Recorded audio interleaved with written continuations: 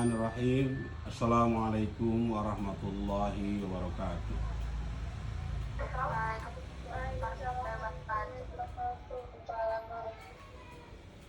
Alhamdulillahirrahmanirrahim. Hamdan na'iman dan syakirin. Wassalatu wassalamu ala rasulillah wa ala alihi wa sahbihi ajma'in. Amma ba'du.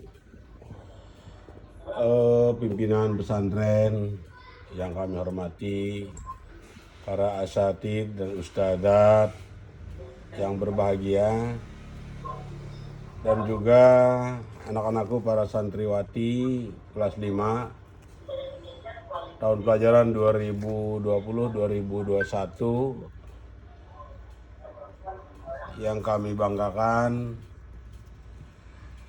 Mari kita bersyukur kepada Allah Subhanahu wa taala yang telah memberikan kita nikmat yang banyak, yang tak terhitung. Antara lain nikmat iman, nikmat Islam dan takwa. Yang inilah yang lebih berharga dari segala-galanya, yang harus kita syukuri, dan mudah-mudahan sampai akhir hayat kita tetap diberi nikmat iman dan Islam, dan kita selalu dibimbing sehari-hari oleh Allah untuk selalu ke jalan yang benar. Salawat serta salam atas junjungan kita Nabi besar Muhammad sallallahu alaihi wasallam, uswah dan juga figur kita, yaitu uswatun hasanah Nabi besar Muhammad sallallahu alaihi wasallam. Kemudian juga para nabi-nabi yang lain, para rasul, para sahabat, para alim ulama yang selalu memberikan contoh baik kepada kita, dan mudah-mudahan kita bisa menteladani hal-hal yang baik dari mereka. Setidaknya ada sedikit yang bisa bisa diikuti oleh kita dari akhlak-akhlak yang mulia dari Nabi Muhammad SAW dan juga yang lain-lainnya. Pada malam ini saya diundang untuk memberi pengarahan tentang kitab Turath Fathul Qutub yang berkaitan dengan akhlak. Karena akhlak itu kita sama-sama tahu ya, bahwa ketika Nabi Muhammad SAW diutus ke dunia ini, langsung beliau bersabda, innama bu'itsu li utammima makarimal akhlak. Jadi sesungguhnya aku diutus ke dunia ini untuk menyempurnakan kemuliaan akhlak. Dalam ayat Quran juga banyak, wa innaka la'ala khuluqin 'azim. Sungguhnya pada dirimu, hai Rasulullah, terdapat akhlak yang baik, yang besar, yang agung. Di firman yang lain, surah Al-Ahzab, laqad kana lakum fi Rasulillahi uswatun hasanah liman kana yarjullaha wal yawmal akhir wa dzakarallaha katsira.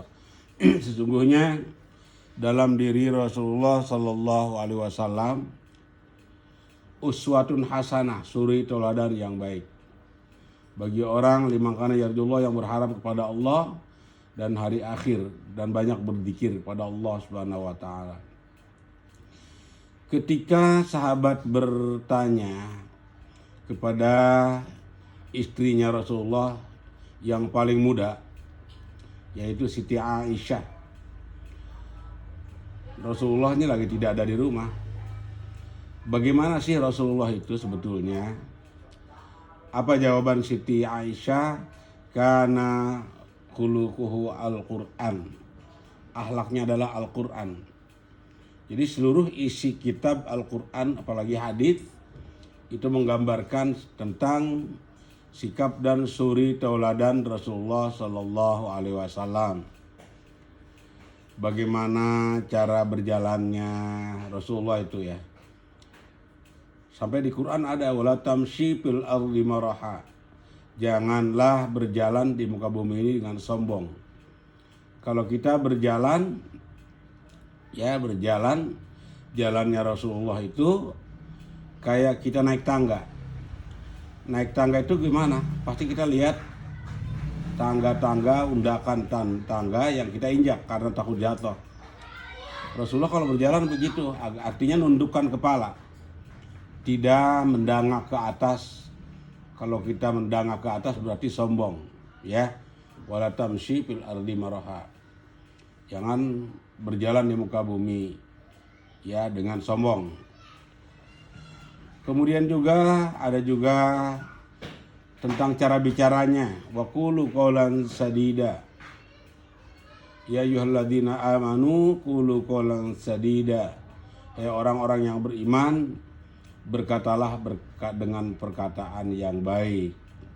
Ya, ini akhlak Rasulullah. Sampai kepada istrinya pun, kepada keluarganya pun tidak pernah berkata-kata kasar. Ya. Ada tuh dalam firman Allah, waghdud min sautika, sederhanakan suaramu. Kemudian dalam tidurnya Rasulullah, gimana tidurnya Rasulullah? Mungkin banyak yang belum tahu ya. Rasulullah itu kalau tidur pasti sudah punya wudu. Sudah sholat sunnah tuhrul wudu dulu 2 rakaat. Sholat tobat dulu. Kemudian kita diperintahkannya oleh Rasulullah kalau tidur itu membaca sholawat, membaca istighfar, mohon ampun kepada Allah, dan mengampuni dan mohon mengampuni, minta ampun kepada Allah bagi orang-orang yang membenci kita. Jadi tidak ada dendam ya, tidak ada dendam dibawa. Kemudian suruh menamatkan Al-Quran, mengkhatamkan Al-Quran. Jadi sebelum tidur itu suruh sholawat, mohon ampun kepada Allah, dan disuruh mengkhatamkan Al-Quran. Mengkhatamkan Al-Quran keburu nggak kira-kira sebelum tidur? Mungkin kalau dari Al-Fatihah sampai surah An-Nas tidak keburu mungkin ya. Makanya Siti Fatimah disuruh oleh Rasulullah. Siti Fatimah adalah putrinya ya, yang bersuamikan Sayyidina Ali karramallahu wajhah. Fatimah, jangan tidur sebelum kau memohon ampun, sebelum kau bersolawat, ya, sebelum engkau mengkhatamkan Al-Quran. Bagaimana kata Siti Fatimah mengkhatamkan Al-Quran sebelum tidur? Apa mungkin? Cukup baca 3 kul, ya, 3 kul 3 kali, ya. Kul Allah, surah Al-Ikhlas saja, surah Al-Ikhlas 3 kali. Kemudian cara mandinya, nih, cara mandinya Rasulullah, mungkin banyak yang belum tahu juga ini, ya. Saya yakin mandinya asal main guyur aja pasti itu. Mandi Rasulullah itu ada ilmunya juga, ada akhlaknya. Bagaimana mandi Rasulullah? Pertama kita siram ya. Siram kedua telapak kaki kita. Nih dicatat nih. Kalau mau mandi kita siram kedua telapak kaki kita. Kemudian kita siram kedua betis kita. Kemudian kita siram kedua paha kita. Kemudian kita siram perut kita. Dan juga kita siram pundak kita. Tengkuk kita, tengkuk ya di atas leher itu. Tengkuk kita atau pundak di atas. Ini cara Rasulullah mandi. Kenapa rahasianya? Kalau kita guyur langsung, kita dengar ceritanya banyak ya. Banyak orang yang jatuh di kamar mandi tiba-tiba, apalagi mandinya pakai shower ya, langsung ke kepala diguyur, itu bisa jatuh langsung, bisa jadi. Makanya kalau kamu mau mandi, berakhlaklah mandinya dengan cara mandi Rasulullah Sallallahu Alaihi Wasallam yang kayak tadi itu ya, siram kedua telapak kaki, kedua betis, kedua paha, perut ya.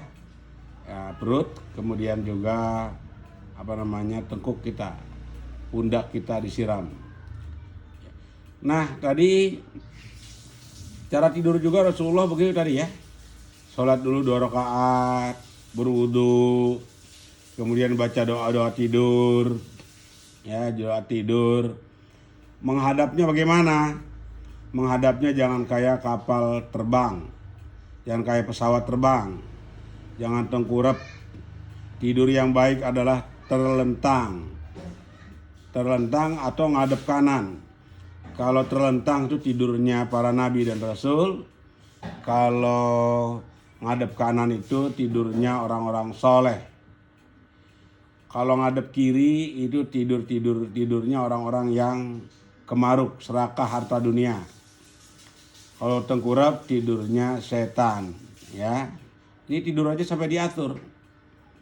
Kemudian juga yang lain-lainnya, cara menatap, cara berbicara, dan juga cara-cara bergaul, bermuamalah, berinteraksi sosial, semuanya adalah harus pakai akhlak. Berbeda akhlak dengan etika, ya.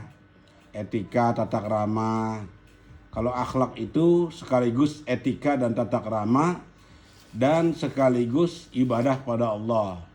Contohnya bagaimana? Contohnya misalnya kita mengucapkan Assalamualaikum warahmatullahi wabarakatuh. Nah, kita sudah masuk tata krama, sudah masuk etika, sekaligus dapat pahala dari Allah Subhanahu wa taala. Kita mau makan, baca bismillahirrahmanirrahim, ya, dengan tangan kanan, duduk, ya, bukan tangan kiri. Nah, itu sekaligus kita sudah sopan, sudah akhlak, dan sekaligus baik dan beribadah pada Allah Subhanahu wa taala, ya. Nah, hadirat yang berbahagia, para ukhti, akhwat kelas 5, mudah-mudahan kamu menjadi wanita-wanita yang solehah, ya, yang berakhlak mulia, wanita yang cantik banyak di dunia ini. Ya, wanita yang cantik banyak di dunia ini, tapi yang solehah jarang. Kamu mungkin sehari-hari pasti nonton YouTube, nonton Ome TV-nya Pikinaki, ya, Pikinaki mungkin. Kemudian juga YouTuber lainnya. Itu bagaimana seluruh wanita cantik di seluruh dunia muncul di situ. Artinya wanita-wanita cantik banyak, tapi yang soleha udah kurang, ya. Dan mudah-mudahan kamu ini termasuk sekelompok wanita-wanita yang soleha, ya, yang baik, berakhlak mulia, bisa bermanfaat kepada diri kamu, bermanfaat kepada keluarga, nantinya bermanfaat kepada lingkungan dekat dan jauh. Ya, kita langsung mulai saja dengan urutan. Pada kesempatan ini saya ditugaskan untuk membuka kitab-kitab akhlak, ya. Masih banyak sebetulnya kitab akhlak. Coba nomor 1, Ustazah. Nomor 1. Nah, itu ya. Wasoya al-aba lil abna, wasiat para bapak kepada anak-anaknya. Ini kamu nanti nyari boleh di sini kalau memang nggak ketemu literatur secara fisik atau mungkin ke perpustakaan sulit, ya. Biasanya dari perpustakaan DN kan dikirim linknya, ya Ustazah, ya. Ya kan? Ya, kitab-kitabnya itu kitab-kitab nanti kan, ya, kitab-kitabnya nanti dikirim. Pakai Wakfea, Ustaz? Iya, iya. Kan online pakai Wakfea. Ya, nanti dikirim dari TMI, ya. Tapi nggak mesti semuanya ada di sini nih. Yang kitab-kitab ini nggak semua ada di perpustakaan, ya. Ya, tolong besarin Ustaz, biar Ustaz tadi terhaling sama foto nih, geser dikit. Geser ke kanan coba. Gambarnya, nah, kehalingan di belah sini terhalang nih. Biar tulisannya kebaca semua. Ya. Wasoya lil aba lil abna. Wasiat-wasiat para bapak, para orang tua untuk anak-anaknya. Ini pengarangnya adalah Muhammad Syakir, ya. Muhammad Syakir. Ya, mungkin kalau kamu mungkin juga boleh cari di Google, ya. kitab-kitab yang berbahasa Arab tapinya. Yang berbahasa Arab boleh cari di Google, ya pasti ada semuanya. Kitab Wasaya al-Aba lil Abna adalah kitab yang berisi wasiat seorang guru terhadap muridnya tentang akhlak. Dalam mengungkap nasihat-nasihat tentang akhlak, Syekh Muhammad Syakir, pengarang kitab, menempatkan diri sebagai guru yang sedang menasihati muridnya, di mana relasi guru dan murid di sini diumpamakan sebagai orang tua dan anak kandung. Ya, anak-anak, para santriwati. Jadi Muhammad Syakir ini dia seorang guru besar, seorang ulama, alim ulama. Dia menempatkan diri sebagai orang tua kepada yang membacanya, pada murid-murid dan lain-lain. Di sini seorang guru terhadap muridnya tentang akhlak. Jadi orang tua kamu ini ada dua. Pertama, orang tua yang melahirkan dengan bapaknya, dengan bapak kamu. Yang kedua adalah guru. Guru itu ada dua, ada guru hadir, ada guru syahid, ada guru gaib. Guru hadir itu yang ngajar langsung di kelas ya. Yang ngajar di kelas, yang langsung ketemu dengan kita. Kemudian kalau guru gaib ini yang kayak begini, kayak saya sekarang guru gaib juga nih. Kayak online, daring ya. Nah, guru gaib ini yang dimaksud di sini adalah guru yang mengarang kitab kayak Syekh Muhammad Syakir. Kita membaca bukunya ya, yang menggambarkan dia sebagai orang tua dan juga padahal dia guru ya, tapi menempatkan diri sebagai orang tua. Saya katakan tadi bahwa orang tua yang melahirkan kamu itu ibu kamu dan juga bapak yang membiayai kamu sekarang adalah mereka yang melahirkan kamu dan dari langit kemudian diturunkan ke dunia.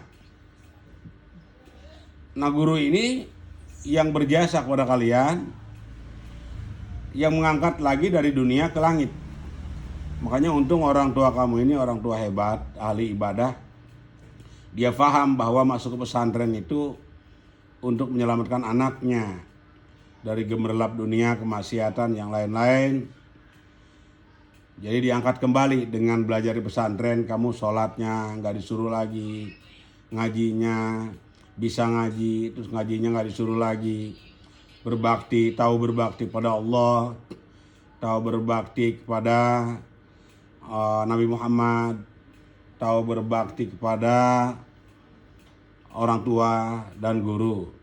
Dan guru ini yang mengangkat kalian dari dunia ke langit lagi, ke atas ya. Ya kita bayangkan coba kalau kamu di luar, apalagi dunia milenial sekarang kan, dengan keadaan sekarang, permainan, kemudian kumpul di kafe-kafe ya kan, tempat-tempat yang diharamkan oleh Allah, yang banyak alatul lagwi, tempat-tempat yang tidak berguna. Sedikit gunanya cuman gaya-gayaan doang, gagah-gagahan doang. Tapi alhamdulillah kita masuk pesantren ya, dengan itu kita bisa tahu batas mana yang boleh dan mana yang tidak boleh. Silakan yang kedua Ustazah. Ya, kayak abis ini kita Bapak. Ya. Al-akhlaq lil banin. Akhlak untuk anak-anak laki-laki ini ya. Nanti ada al-akhlaq lil banat ya, akhlak untuk laki-laki dan akhlak untuk anak perempuan. Ini pengarangnya Litulabil Madarisil Islamiyah di Indonesia, taklif Syekh Umar bin Ahmad Baroja. Nah, ini masih ada di Semarang ya, itunya toko bukunya. Saya pernah telepon langsung ke sana. Kitabnya tipis, tapi isinya sangat berbobot, sangat baik. Itu ya. Akhlaq Libanin, kitab karangan Syekh Umar Ahmad Baroja, ini berisikan panduan perilaku bagi anak laki-laki. Menurut penulis kitab ini, berisi pendidikan budi pekerti, ya harus sangat diperhatikan jatinya, karena jika anak sudah dapat berbuat keburukan maka saat dewasa ia bisa melakukan hal-hal yang lebih buruk. Ya jadi kalau anak-anak dari kecilnya sudah berbuat baik, ya berbuat baik, maka sampai besar juga akan berbuat baik. Makanya Rasulullah meminta kepada Allah itu, Adabani Rabbi fa ahsana ta'dibi. Tuhanku telah mendidik adab kepadaku, maka dia didik, Allah didik Rasulullah dengan adab yang baik. Kalau kamu tahu bukunya ini, bagaimana cara berjalan, bagaimana cara makan, bagaimana cara minum, bagaimana cara tidur, cara berkomunikasi dengan orang tua, dengan adik, dengan kakak, dengan lingkungan. Ini isinya. Ini berbahasa Arab, tapi berbahasa Arab berbaris berharokat. Tebalnya setebal buku tulis, ya. Saya ngajar ini di majlis-majlis taklim di luar, ya. Saya ngajar dan sudah tamat, ya. Nah ini makanya kalau bisa walaupun nggak diajarkan di DN, kamu beli. Biasanya toko bukunya ada di Tenabang mungkin. Kamu tahu Tenabang kan ya? Halo? Tahu Tenabang ya? Tanah Abang tahu? Ya kalau tahu, kamu kalau jalan-jalan ke Tenabang jangan shopping pakaian terus. Mampir ke toko Alidrus. Pernah tahu toko Alidrus? Catat tak nama tokonya. Toko Alidrus. Toko buku kitab-kitab Turath tuh. Ada dua di Tenabang itu. Ada toko Alidrus, ada Darul Fikr. Cuman Darul Fikr itu tokonya toko lek, ya. Kitabnya bagus-bagus, mahal-mahal. Tapi kalau di Alidrus ya kitabnya standar menengah ke bawah. Ya kertasnya memang kebanyakan kertas koran, ya. Tapi yang penting kan isinya. Isinya ada. Kalau mau nyari buku, kalau deket ke Tenabang itu, cari kitab tentang akhlak ini yang begini-gini ada. Kalau di Mestik juga ada, di Kebayoran juga ada, cuman dikit isinya dikit. Ya. Tapi Ustadzah, buku berikutnya. Ya, Al-Akhlaq lil Banat. Kitab karangan Syekh Umar bin Ahmad Baroja juga. Berisi panduan perilaku bagi anak perempuan. Ini kalau anak perempuan ini ya sama saja dengan anak laki-laki. Cuman ada yang hanya bisa dikerjakan oleh anak perempuan dan dikerjakan oleh anak laki-laki, ya. Ya contohnya bagaimana kalau anak perempuan itu ketika berdua dengan ibunya, dia bantu-bantu masak, bantu membikin air, kemudian juga nantinya diajari bagaimana ketika bersuami, ya, menjadi keluarga, ibu keluarga dan lain sebagainya diajarkan di sini, ya. Al-Akhlaq lil Banat. Taib Ustadzah berikutnya. Ya, Adabul Ihsan. Adabul Insan. Ya, Sayyid Utsman bin Abdullah bin Aqil ibn Yahya bin Alawi. Adabul Insan, akhlak adab manusia. Ya,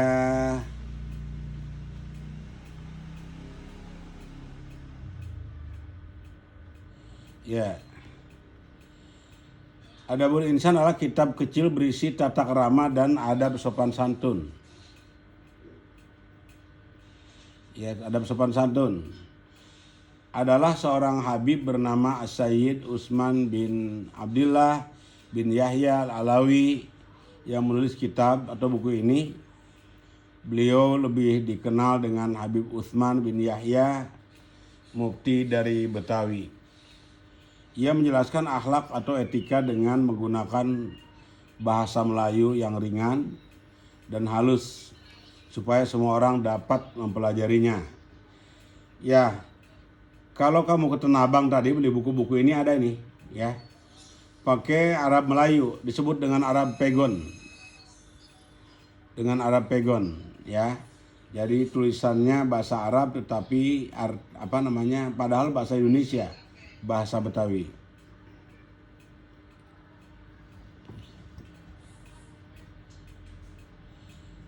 Ya. Adabul Insan adalah kitab kecil ya, jadi ya. Berisi tentang akhlak-akhlak. Ya, kebanyakan saya lihat di masyarakat sekarang ini kayak ngaji, tiap hari ngaji, kemudian juga sholat, ya, kemudian mereka membaca Quran, puasa, bentar lagi kita puasa. Kadang-kadang makan dan minumnya kurang teratur, pakai tangan kiri sambil berjalan, terus kemudian berteriak-teriak, ya kan, berteriak-teriak, malu itu harusnya. Apalagi membuka aurat, ya, membuka aurat di depan umum. Kalau perempuan kan auratnya batasannya tahu sendiri ya, kecuali wajah dan telapak tangan. Orang dulu banyak antipati tentang niqab. Niqab itu dianggapnya orang Islam itu agama yang keras. Niqab itu artinya cadar. Ini dengan adanya corona COVID-19 ini, kita harus pakai masker semuanya. Akhirnya laki-laki dan perempuan pakai cadar. Makanya Islam itu mengajarkan kepada kita, kepada manusia, kita jangan seolah-olah lebih tahu dari Allah gitu ya. Lebih tahu dari Allah bahwa kita ini sudah bisa bertata krama dengan baik. Bahwa ajaran Allah itu ghairu ma'qul, enggak masuk akal dan lain-lain. Allah buktikan dengan perjalanan waktu, ya kan. Hanya dikasih penyakit kayak COVID ini, kita kemana-mana sekarang pakai masker. Makanya Allah berfirman itu dalam Al-Quran, Dhaharal fasadu fil barri wal bahri bima kasabat aydin nas yudhiqahum ba'dalladzi amilu la'allahum yahdharun. Telah nampak kerusakan, ya, dhaharal fasadu fil barri, daratan dan di lautan, ya, fil barri wal bahri, karena perbuatan tangan manusia. Ya, kita lihat dulu kalau kita mau berjalan dari kamar ke masjid becek, sendal jeblok, ya, karena tanahnya tanah liat. Sekarang mungkin tidak pernah kena becek, tidak pernah jeblok, ya. Halo? Ini kok berisik, ada apa tuh?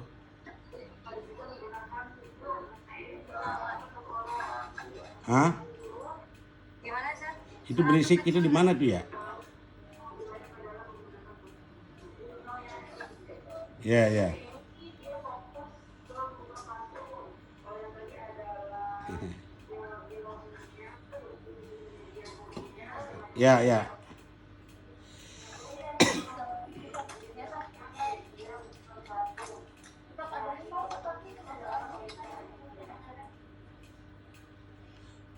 Ya, coba yang berikutnya Ustazah, kita berikutnya.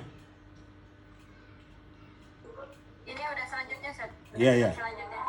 Ntar dulu gambarnya di saya kecil nih. Nasoihul Ibad. Iya.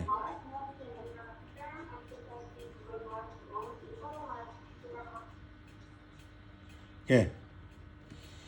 Nasoihul Ibad. Ini terkenal nih kitab Nasoihul Ibad ya. Nasoihul Ibad, nasihat-nasihat untuk para hamba. Nah, ini di Darun Najah juga sering diajarkan ini, baik pada para santriwati dan kepada kita-kita, ya. Syekh Muhammad Nawawi, ya, Al-Jawi. Ini pengarangnya adalah Syekh Muhammad Nawawi Al-Jawi.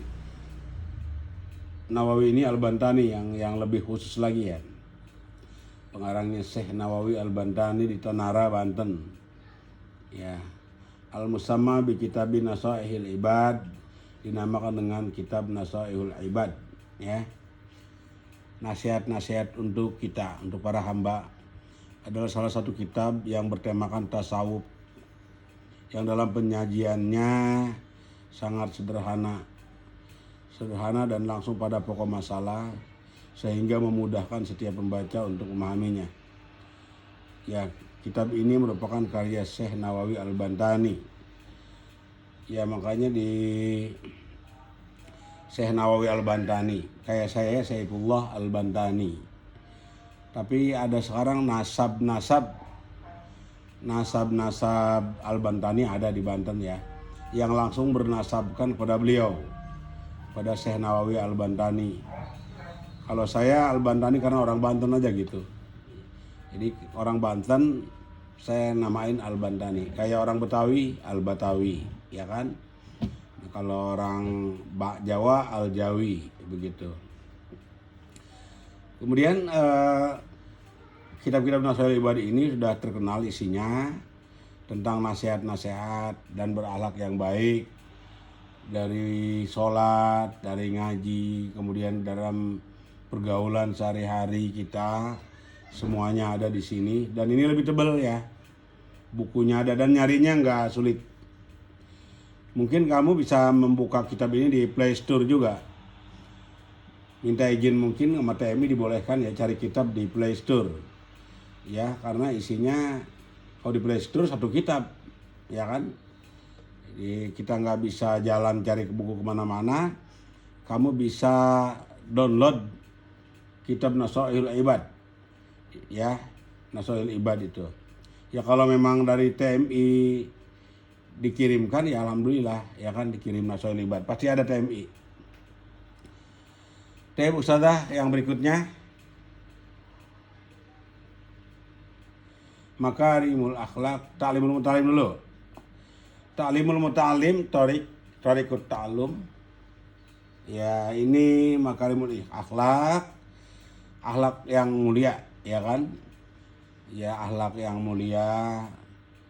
Jadi menyusun karya berjudul Makarimul Akhlak yang terdiri dari yang memuat 1041 riwayat.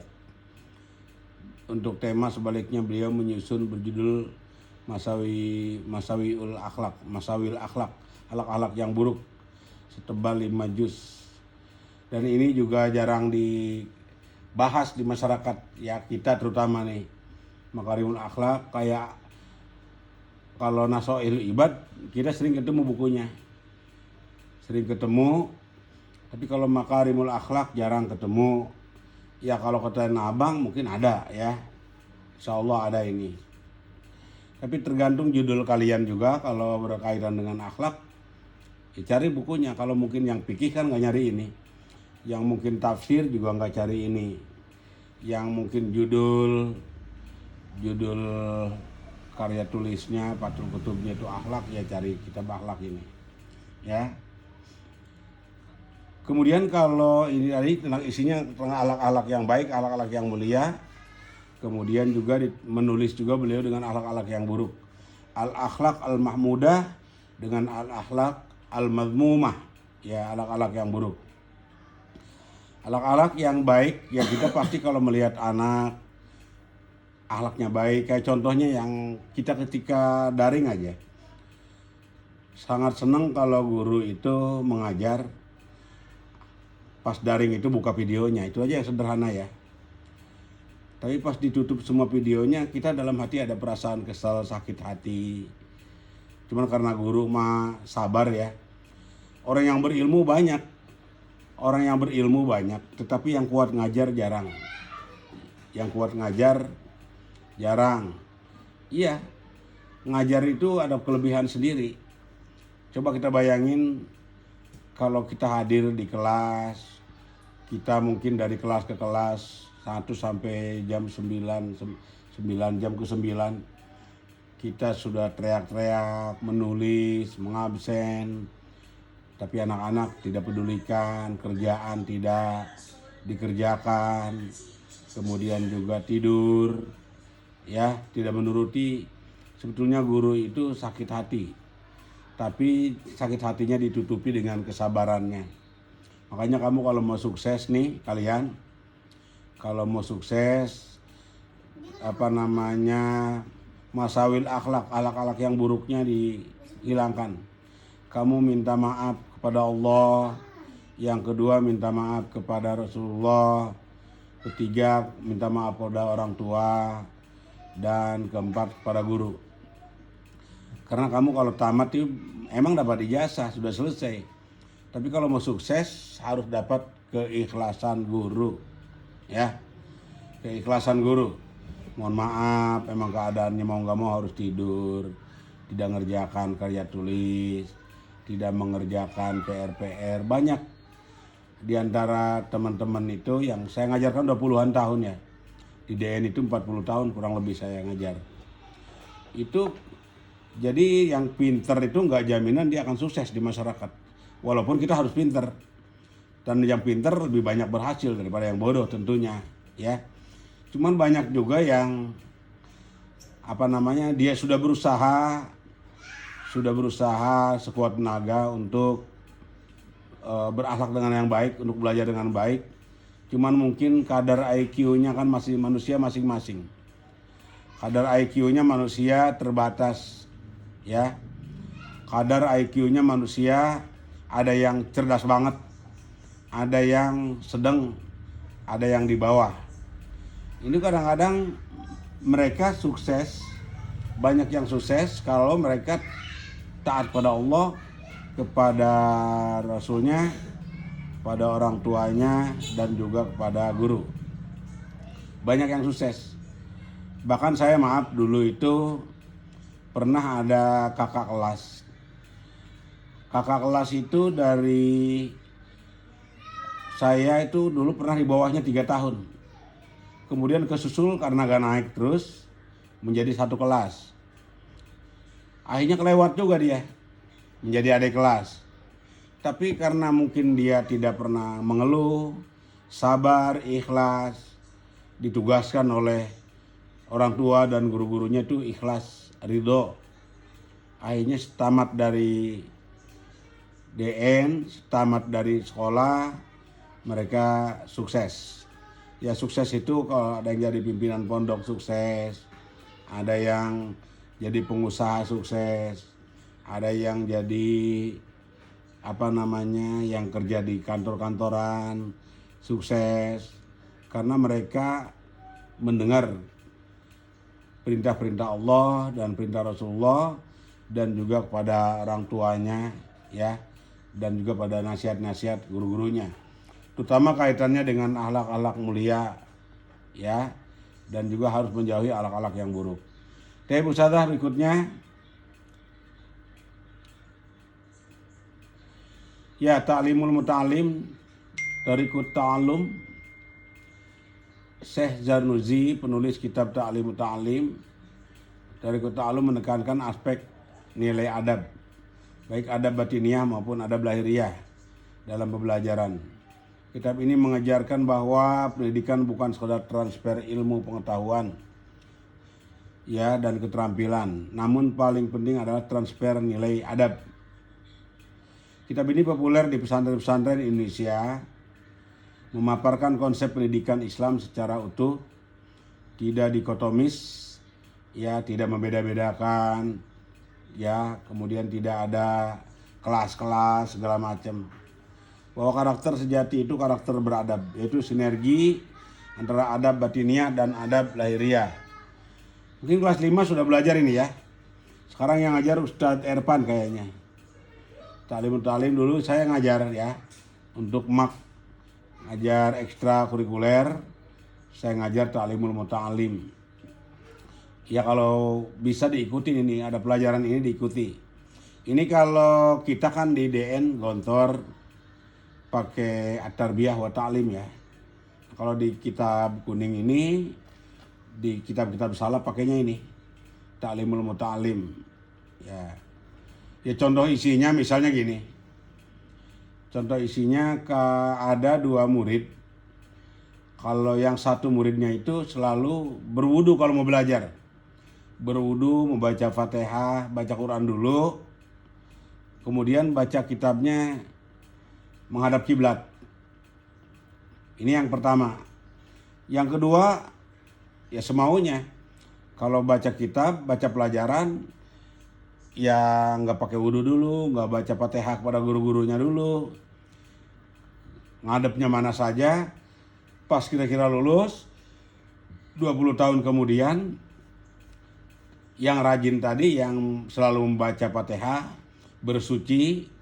Jadi bersuci itu bukan hanya untuk sholat ya, bukan hanya untuk baca Quran. Kalau bisa kita dawamul wudu, dalam keadaan apapun dawamul wudu, selalu berwudu, apalagi untuk belajar. Ya. Nah ini orang yang belajar ini, anak murid santri yang belajar, yang selalu bersuci ini dan menghadap kiblat, kehidupannya berkah di kemudian hari. Dan anak murid yang tidak bersuci tadi dan menghadap kemana saja belajarnya, tidak bersih, tidak suci, akhirnya tidak berkah. Selalu hidupnya dipersulit, kurang berkah hidupnya. Ya.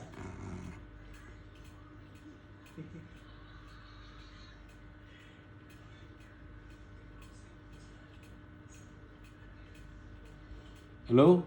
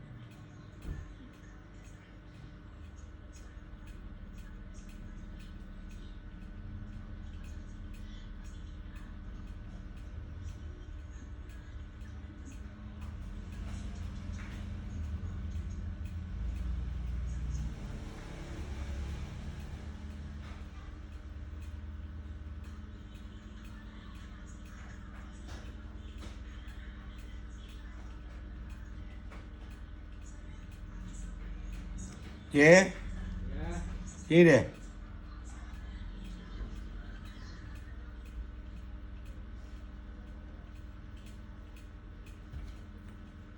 Udah selesai. Ini nih wifi-nya terputus nih kayak ke sini.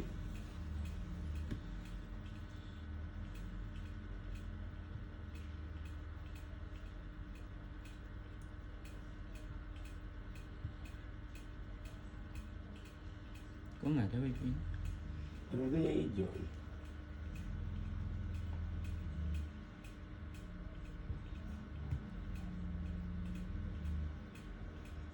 Biasanya agak ada gambar bola kalau jalan tuh. Belum selesai, Bi. Belum.